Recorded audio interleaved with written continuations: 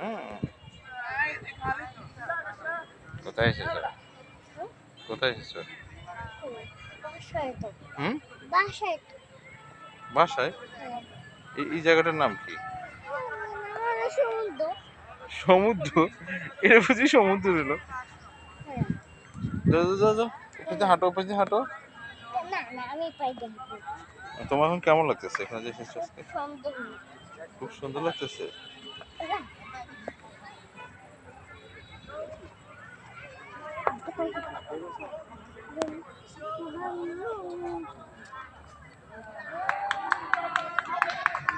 হাঁটো হাঁটো, এবার দিয়ে হাঁটো।